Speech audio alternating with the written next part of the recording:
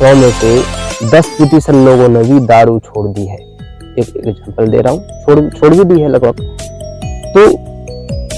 तो हम भी छोड़ सकते हैं। यदि संसार में 10% लोगों ने, 100 में से 10% लोगों ने शराब, गांजा, अफीम, बीड़ी, सिगरेट, गर्लफ्रेंड, बॉयफ्रेंड, बुरी चीजें ये सब छोड़ दी। हम अपने संस्कारों को, बुरे स्वभाव को, बुरे आचरणों को, बुरे संस्कार को कैसे बदलें, ये प्रश्न है। तो उत्तर ये है कि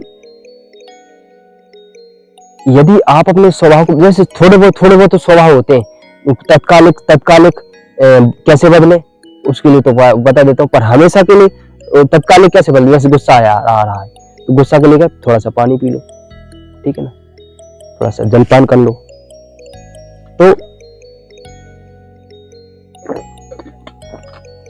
जब आप ठंडा पानी पी लेंगे तो आपकी जो काम वासना भी ज्यादा सता रही, तो वो भी शांत हो जाएगी, क्रोध भी शांत हो जाएगा, तो अग्नि अंदर प्रज्वलित हो रही है ना, तो वो भी शांत हो जाती है तत्कालिक के लिए।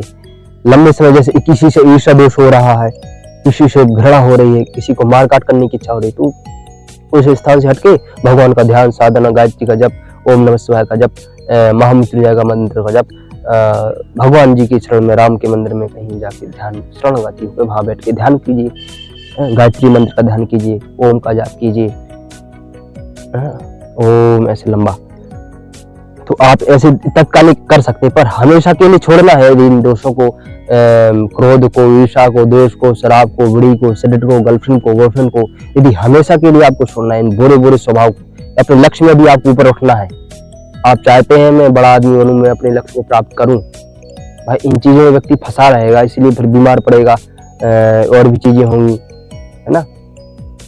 तो हम तो ये चीजें करते हैं, फिर दूसरों को भी प्रेरणा करते हैं, हमें दूसरों को प्रेरणा नहीं करनी चाहिए।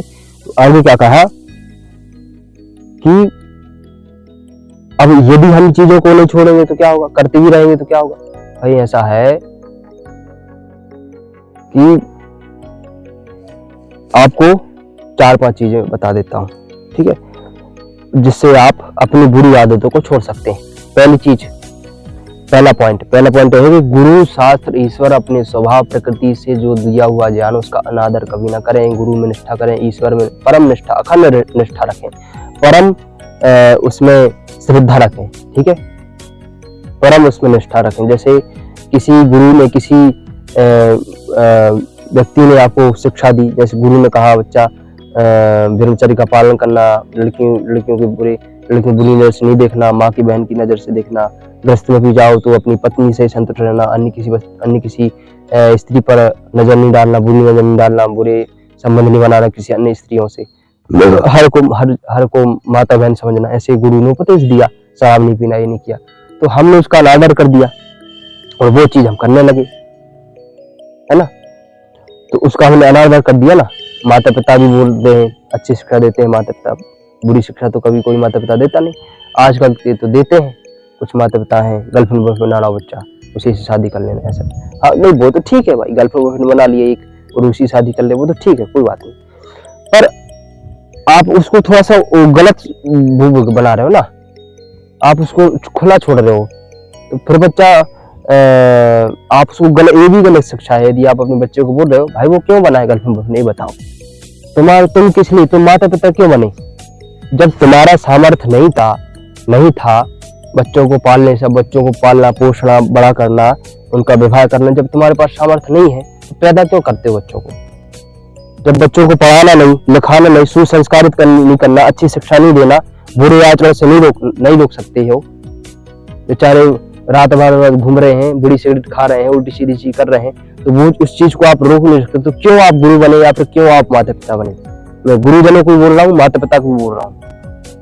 कोई आपका शिष्य है, आप उसके बुरे आचरण को नहीं छुड़ा सकते हैं, क्यों गुरु बने भाई, किसके गुरु हो तुम, किसलिए गुरु बनो, किसकी क्यों माता पिता हो तुम। माता पिता के नाम पे तुम कलंक हो, माता पिता के गुरु के नाम पे तुम कलंक हो।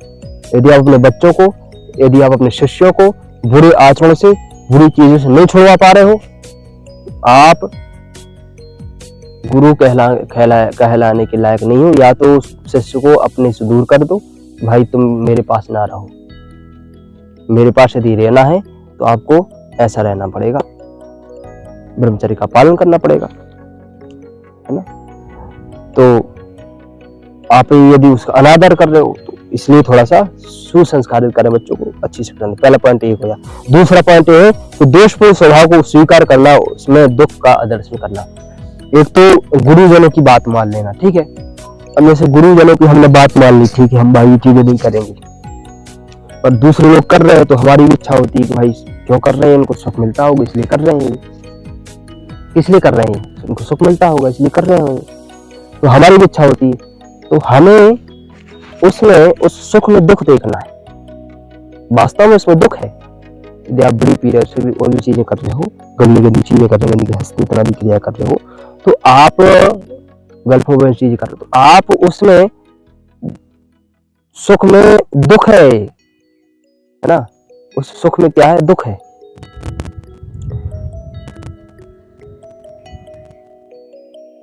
कहा है कि दुखदाई होंगे वो भोग सभी, जो ईश्वर को विसराएगा, भोगों की गिर कर खाई में ठोकर पे ठोकर खाएगा। तो ईश्वर को, गुरु को, शास्त्र को भी अनादर करोगे तो ठोकर गलेंगे भाई। इनको भूलना नहीं, इनकी बात को मानना है। पहला पॉइंट है। दूसरा पॉइंट ये है कि आपको सुख में, इन चीजों में, बुनियादी चीजों में आपको दुख दर्शन करना है कि इन चीजों में दुख है, मुझे इनसे मृत्यु होगी, मुझे इससे रोग हो जाएगा, यदि मैं शराब पीऊंगा तो मेरा लीवर, मेरी किडनी खराब हो जाएगी, मेरा हार्ट जो पंप करता है वो पंप करना बंद कर देगा, मृत्यु हो जाएगी।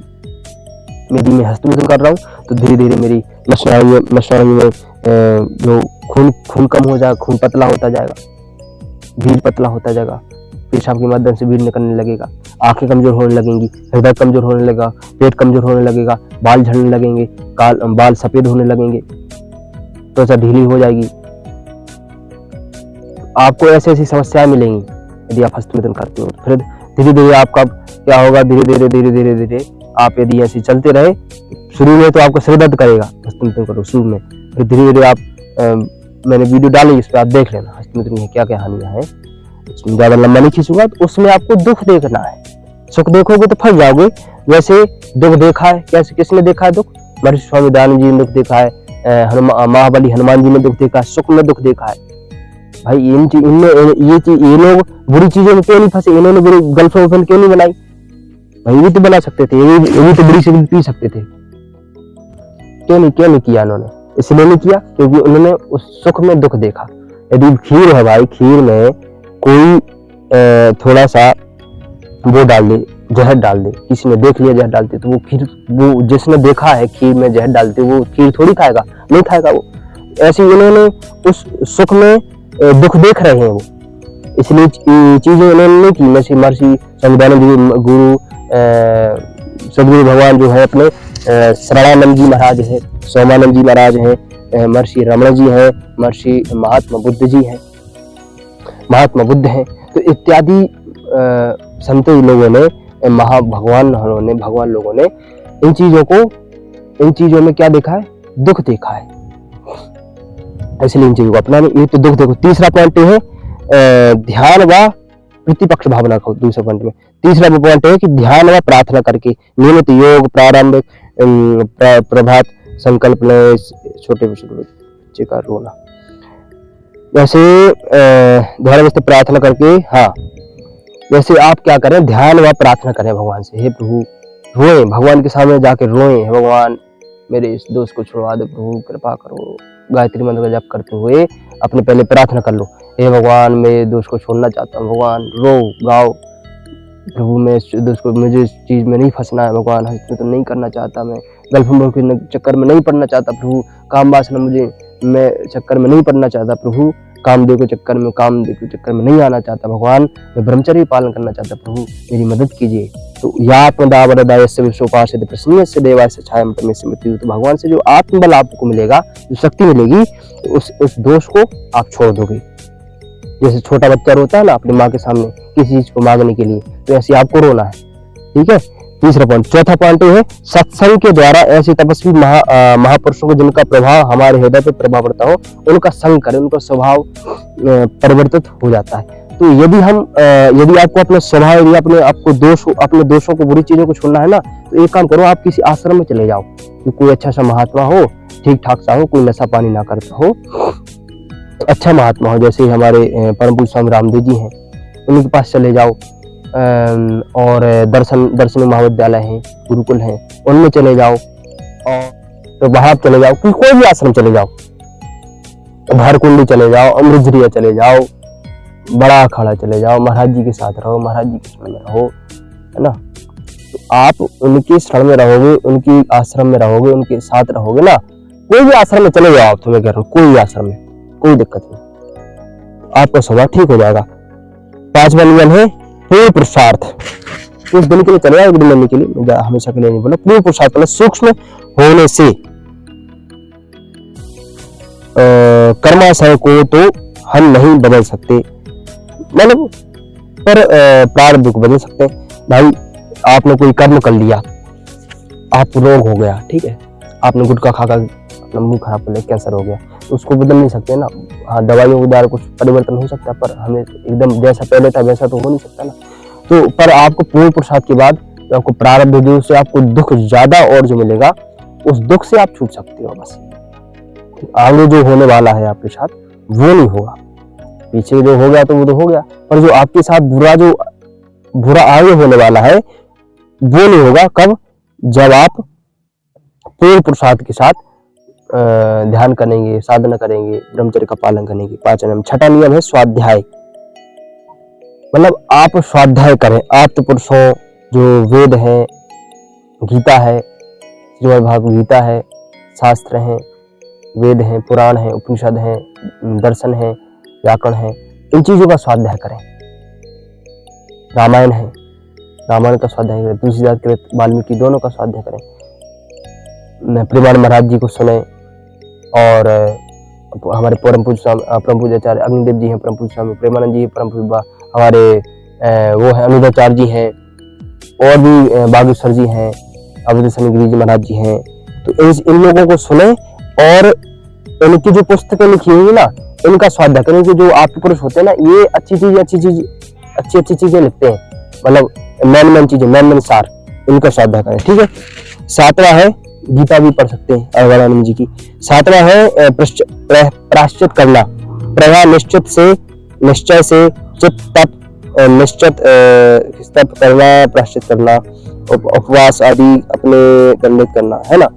तो उपवास करना और प्रयास करना कि भविष्य में ऐसी भूल रहा हो, मतलब जैसे आप कोई भी बुरी चीज कर रहे हो, है ना, तो उसका दंड लो, उपवास करो, पूरे दिन पानी पे रहो। मैं दंड लेता हूँ, मैंने ये चीज दोबारा की, मैंने दोबारा हस्तमोचन किया, या फिर मैं दोबारा गर्लफ्रेंड के चक्कर में पड़ा, मैं दोबारा ये चीज की, तो मैं इसका दंड लेता हूँ, आज पूरे दिन भोजन नहीं करूंगा। या फिर आज पूरे दिन गायत्री मंत्र जप करूंगा बैठ के, पानी पी के, पानी में शहद डाल के, नींबू डाल कर बैठ के गायत्री मंत्र जप करूंगा। ऐसे संकल्प लेके आप कर सकते हो। या फिर आप दंड बैठक का दंड ले सकते हो कि मैं 1000 दंड, 2000 दंड, 3000, 4000, 5000, 10,000, 20,000, 1 लाख दंड लगाऊंगा, सामर्थ्य के अनुसार, जो आपका सामर्थ्य हो। पर दंड आपको तकलीफ होनी चाहिए शरीर में। जब तक तकलीफ नहीं होगी, जब तक आप उस चीज को छोड़ेंगे नहीं, उस चीज से डरेंगे नहीं, ठीक है। बिना दंड की कोई नहीं छोड़ सकता। तो आप उस चीजों को सुख न देखें, सब मिथ्या चीजें हैं। आज के लिए इतना ही। जय हिंद, जय भारत।